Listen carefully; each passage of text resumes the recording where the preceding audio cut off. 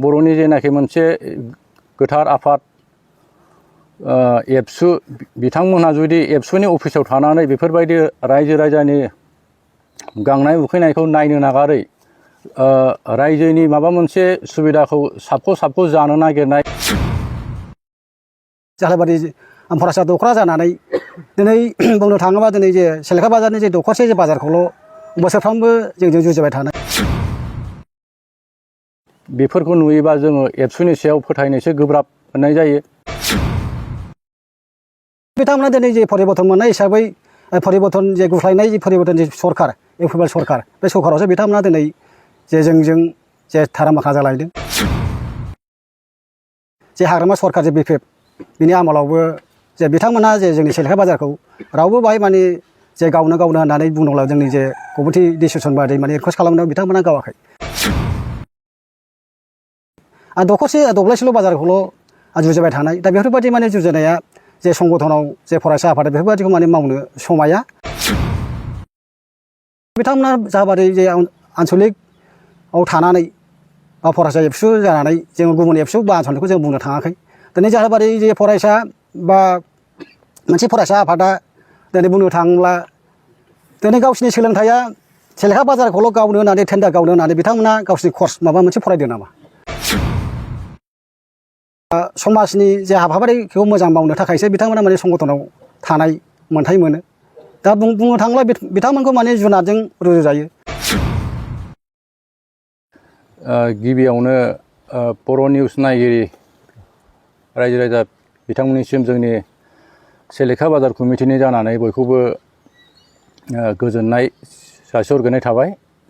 जोंहा थांनाय सानथामसो सिगांनिफ्रायनो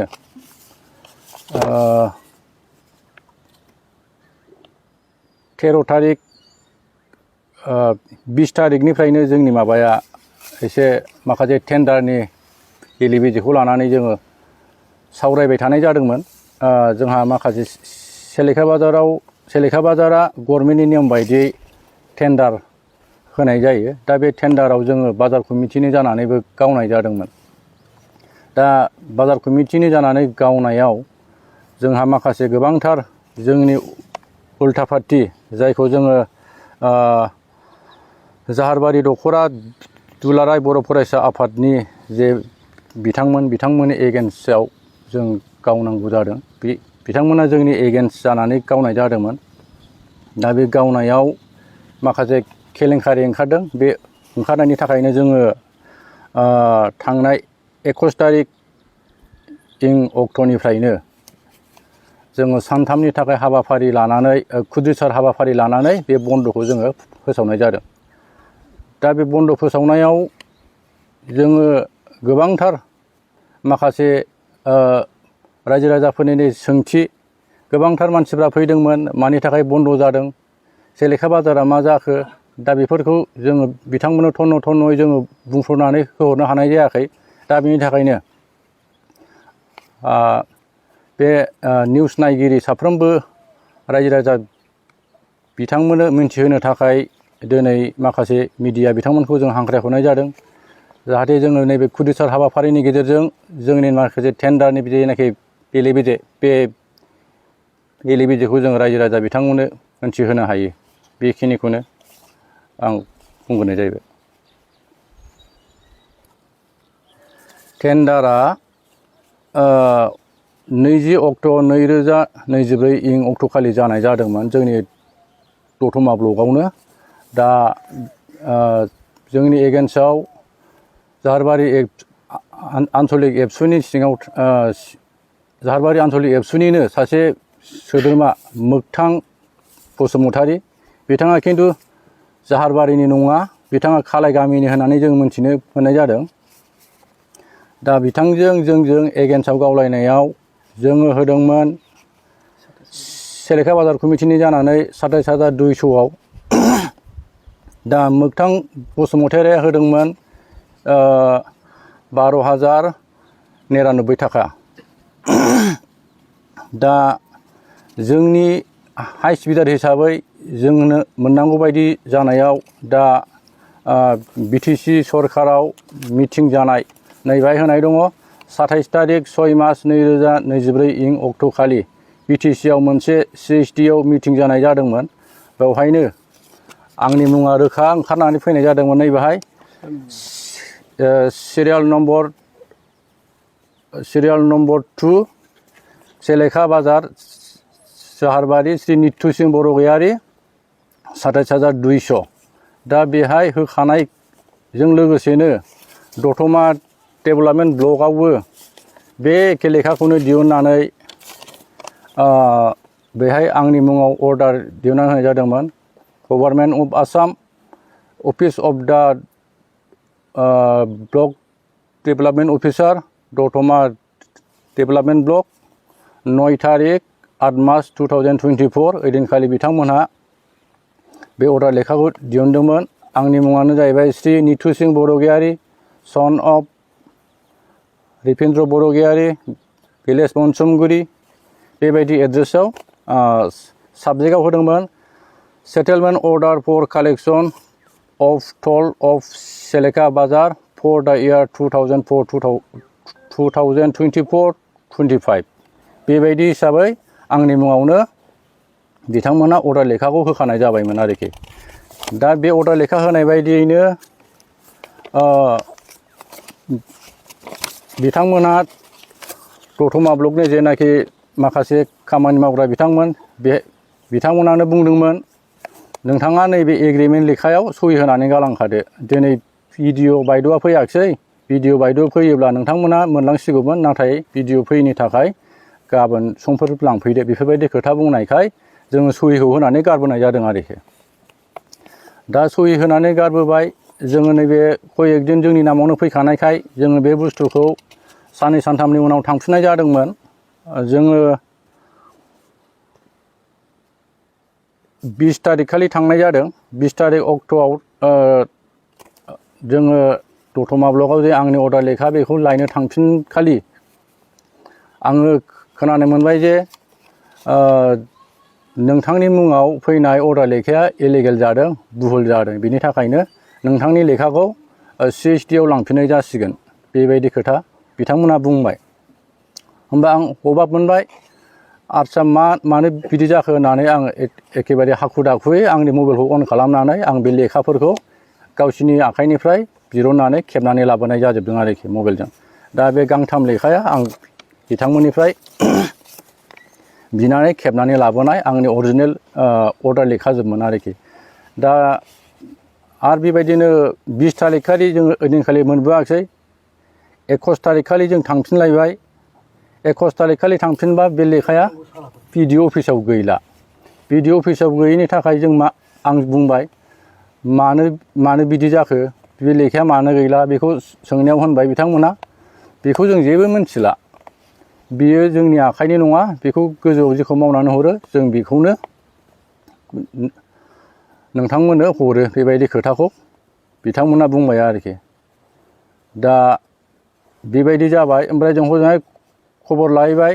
हजोंहायबो खबर लाहैनायाव बिथांमोनाबो होनबाय मार्केटनि चेयारमेनखौ लोगो हमदो नोंथांमोनहा होनना बुंबाय। लोगो हमनो नागिरबाय, मार्केट चेयारमेन बिथाङा ओइदिनखालि गैया आरोखि। दा बेबायदियावनो नैबे 21 तारिख खालिनो नाथाय जोंनि एगेन्स्ट नैबे मोगथां बसुमतारी बिथाङा जोंनि एगेन्स्टआव मोनसे अर्डार लेखा लानानै फैनानै जोंखौ बाजाराव होनफैबाय जे नोंथांमोननि एगेन्स्टआव जों देरहाबाय, नाथाय जोंनो नोंथांमोना खांनो थाखाय खाबु होनांसिगौ, अर्डार लेखाया नैबेलाय होननानै बिथांमोनहा जोंनो बे गावसिनि अर्डार लेखाखौ लानानै होफैनाय जादों आरोखि। दा अर्डार लेखाया ओरैबायदि लिरदों बिथांमोना जोंनि हिसाब बायदिबा जों बिथांमोननि अर्डार लेखाखौ जों भुल नुदों। भुला बेनो बिथांमोना गावदोंमोन गभर्नमेन्ट टेन्डाराव बेंक ड्राफ्ट खालामनायाव 12,099 थाखा, जों गावदोंमोन 27,200आव। दा बिथांमोननि अर्डार लेखा होफैनाया जाबाय 27,200निसो लिरनानै होफैदों। 27,200खौथ' जोंसो होनाय जादोंमोन। 12,099खौ बिसोर होदों हिसाबै माबा मोनसे जोंनि जुदि डकुमेन्टस खमफोरब्लाबो बिथांमोना 12,099आवनो मोननांगौमोन, नाथाय बिथांमोननि एमाउन्टआ 27,200 जानो नाङामोन। दा बेफोरनि थाखायनो माबा मोनसे सिङाव आन्दोआव माबा मोनसे पइन्ट दङ, माबा मोनसे आन्दोआव थाखोमानाय खोथाफोर दङ, बेखौ जोङो कमिटिनि हिसाबै दुखु मोननाय फोरमायदों। आरो साफ्रोम जोंनि बाजार स्टाफआ मोनसे खुद्रिसारनाय हाबाफारि लानानै जोङो नैबे सानथामनि थाखाय बन्द' फोसावनाय बेखौबो जोङो जयैनो सावरायलायनानै लानाय जादों। दा जों बेखौनो बुंनो सानो मोनसे बर'नि मोनसे हारिनि जेनाखि सिनस्रि, बर'नि जेनाखि मोनसे गोथार आफाद एबसु, बिथांमोनहा जुदि एबसुनि अफिसाव थानानै बेफोरबायदि रायजो राजानि गांनाय उखैनायखौ नायनो नागारै रायजोनि माबा मोनसे सुबिदाखौ साबख' जानो नागिरनाय, बेफोरखौ नुयोबा जोङो एबसुनि सायाव फोथायनोसो गोब्राब मोननाय जायो। जायनि खार'नाव सेलेखा बाजारा दिनैसिम 27-28 बोसोर जाबोबाय, नाथाय जेबो बेफोरबायदिनि बेले बेजे जों सफैफेरनाय मोननाय जायाखैमोन। दा बिथांमोनहा जोंनि नैबे फिसा दखानावनो जोङो माबा मोनसे बिजनेस मावनानै जानायखौ नुनानै जोंहा गोबांथार मावनांगौ दंबावोमोन, बेखौ बुजिया हसिया जोंनि नैबे टेन्डारखौ साबख'नानै गावसिनि बेन्दोङाव लांनो थाखाय नाजाबाय थानायाव जों खुब दुखु मोनदों आरो सोंखारिथाव जादों बिथांमोननि खामानिया। खारन बिथांमोननि खामानि मावनायखौ नुयोब्ला जोङो दुलाराय बर' फरायसा आफादनि माखासे मावथांखि बेखौ सोलायलांबाय नामा, बेखौ जोङो एसे सोंथि सोंनो गोनां जायो। खारन बिथांमोननि माखासे खामानि मावनाया सिगां समाव रायजो राजाजों फोथायजाबोनाय, रायजो राजाजों अनसायजाबोनाय, माखासे गोबांथार खामानि मावबोनानै दिनैसिम सफैनानै माखासे खामानिया जाफुंसार जाबोदोंमोन। नाथाय दिनैनि समाव दिनैनि जाहारबारि दख'रा दुलाराय बर' फरायसा आफादनि जेनाखि बिल्डिंआव थाग्रा माखासे सुबुं बिथांमोन, जेनाखि बुंनो थाङोब्ला डाइरेक्टलि मुङा जाहारबारि दख'रा दुलाराय बर' फरायसा आफादनि लोगो आफादगिरि रतन हाज'वारि बिथाङानो बे दिनैनि नैबे टेन्डारनि बे बेले बेजे बेखौ बिथाङानो सामलायगासिनो दङ। बिथाङानो मानसि फाथायहरनानै खांहोनायनि दायथ'खौबो बिथाङानो लाबाय थादों आरो मोगथां बसुमतारिखौ हमनायनि दायथ'आबो बिथांनिनो। दा लोगो आफादगिरि रतन हाज'वारि बिथाङा जे माने बेफोरबायदि सेलेखा बाजारनि सायाव एथ' गाज्रि नोजोर लादों, बिथांनि सायावथ' जोङो जेबो दाय दस मावाखै बायदि जों सानदोंमोन। दा बिथाङा जोंनि बाजारनि सायाव गाज्रि नोजोर लाबाय थानायखौ जोङो नुनानै खुब बाजार कमिटिनि जानानै जों दुखु फोरमायदों। दा बाहाय बिथांमोना जे सिगांनिफ्राय जे थांनाय बोसोरावबो बिथांमोना लादोंमोन, बोसोरनैखौ लाखांबाय। दा बोसोरनै लानायनि बेलायावबो देग्लाय बिथांमोनाबो माने जोंजों जे टेन्डारखौ माने बिथांमोना माने गावदोंमोन। दा गावनाय बेलायाव दहाय जे बिथाङा बुंदोंमोन माने बिथांमोननि जे गावनाया जे 12,099, जोंना जाहैबाय माने 27,200। दा बिथांमोना जे 27,200आव बोरै माने आपग्रेड खालामनानै लानो मोनखो? दा बिथांमोना माने सिगाङावबो जे लानाय बेलायावबो बिथांमोना माने गावसोर लानानै जे बाजारखौ माने मावफुङाखै। दा बिथांमोना जे एग्रिमेन्ट जे लानाय समाव बिथाङा जे कमिटिजों रायलायो, दा कमिटि रायलायनाय समावबो बिथांमोना गावसोरनि जे एग्रिमेन्टखौबो जे बाहाय माने मोनसेबा माने खामानिखौ माने साक्सेसफुल खामानिखौ माने मावफैया। जे जायगायाव बिथांमोना माने बाला ट्रेक्टर गंसेबो बालाबो गारफैयाखै आरो अन्थाइ थाइसेबो गारफैयाखै। आरो बिथांमोना जे बाजारखौ लानानै जे लेथ्रा खालामो, दिनै जे सेलेखा बाजारनि जोंनि जे कमिटि डिसिसन बादियै जोङो बाजारखौ जोङो बुंनो थाङोब्ला 35 बोसोर जाबोबाय। दा 35 बोसोर जाबोनाय समाव जे थांनाय जे हाग्रामा सरकार जे बिपिएफ बिनि आमोलावबो जे बिथांमोनहा जे जोंनि सेलेखा बाजारखौ रावबो बाहाय माने जे गावनो होननानै बुंदोंब्ला जोंनि जे कमिटि डिसिसन बादियै माने रिकुवेस्ट खालामनायाव बिथांमोना गावाखै। दिनैसो बिथांमोना दिनै जे परिबर्तन मोननाय हिसाबै परिबर्तन जे गुस्लायनाय जे परिबर्तन जे सरकार एप्रुभेल सरकार, बे सरकारावसो बिथांमोना दिनै जे जोंजों जे थारामाखा जालायदों, आं गावलायनाय फेर फाथिबायलाय थादों। दा नंखायनो आं दिनै बिथांमोना जे जाहारबारि फरायसा दख'रा जानानै दिनै बुंनो थाङोबा दिनै जे सेलेखा बाजारनि जे दखरसे जे बाजारखौल' बोसोरफ्रामबो जोंजों जुजिबाय थानाय आरो दखरसे दब्लायसेल' बाजारखौल' जुजिबाय थानाय दा बेफोरबायदि माने जुजिनाया जे संगठनाव जे फरायसा आफादा बेफोरबायदिखौ माने मावनो समाया आरो बिथांमोना बेबायदि जुदि मावबाय थायोबा दिनै बुंनो थाङोबा बिथांमोना जाबादि जे आनसलिकआव थानानै फरायसा एबसु जानानै जोङो गुबुन एबसु बा आनसलिकखौ जों बुंनो थाङाखै दिनै जाबादि जे फरायसा बा मोनसे फरायसा आफादा दिनै बुंनो थाङोब्ला दिनै गावसिनि सोलोंथाइया सेलेखा बाजारखौल' गावनो होननानै टेन्डार गावनो होननानै बिथांमोना गावसिनि कर्स माबा मोनसे फरायदों नामा दा बेफोरबायदि माने बुंजाथावथाव जायो आरो दा संगठनाव थानाय हिसाबै बिथाङा जे गामियारि ओनसोलखौ बा मोनसे समाजनि जे हाबाफारिखौ मोजां मावनो थाखायसो बिथांमोना माने संगठनाव थानाय मोन्थाय मोनो दा बुंनो थाङोब्ला बिथांमोनखौ माने जुनारजों रुजुजायो मासे बोरमाया जुदि आबादखौ जायोब्ला माने जाम्ब्रियो थिग बिथांमोना माने जोंखौ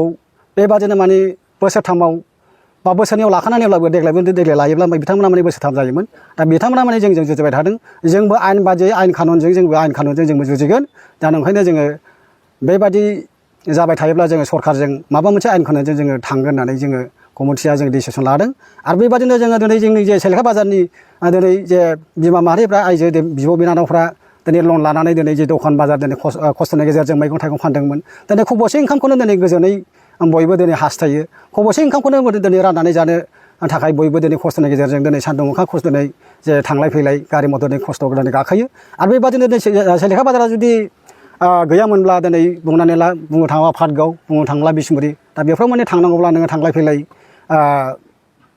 200सो भारा थाङो दा बेफोरखौ गथिखे जोङो बेखौ नायनानै जोंनो माने बेफोरबायदि माने जोंनि जायगायावनो जोङो बाजारखौ मानो जों मालायनो होनो होननानै जोङो जयैनो रायलायलायनानै जों कमिटि सेलेखा बाजाराव कमिटि जोङो ज' रायलायनानै जों बे टेन्डारखौ जों गावनाय जादों दा बयबो मिथिगौ जे जेरै बेबायदि माने माखासे समनिफ्राय बै समाव जुदि बिथांमोना जुदि स्टाडि गावजेननायनिफ्राय जुदि बिदि जेननाय देरहानाय जुदि माखासे जन्थ्रफोरखौ गथ'फोरखौ थिनहरनानै अस्त्र बाहायनानै बिथांमोना माने खांनो फैदोंमोन जों बाहाय माने कमिटिखौ जों ज' जानानै बिथांमोनखौ जों बादा होदों आरो बिथांमोननि जे सायाव जों आखाइ होआखै जों बुंदों जे बिथांमोना जे नोंथांमोननि जे सेक्रेटारि प्रेसिडेन्टआ थिनहर होननानै जों बिथांमोनखौ बुंदों दा गावसोर बुंदों जे माने बुलायनो नागिरदोंमोन बुनो नागिरदोंमोन नाथाय जोङो रावखौबो जों बादा होनानै जों बे बिथांमोनखौ जों आखाइ होनाय जायाखै दा नोंखौनो जोंनि जे हास्थायनाय जों लुबैदों जोङो जे थांखियाव जे लादों जेरै जोङो जे सेलेखा बाजारा जोङो आयेन खानुनजों खारगोन दा नोंखौनो आयेनजों खारनानै जोङो जेरैबाबो जोङो बे बाजारखौ जों हगारनानै जोङो बेखौ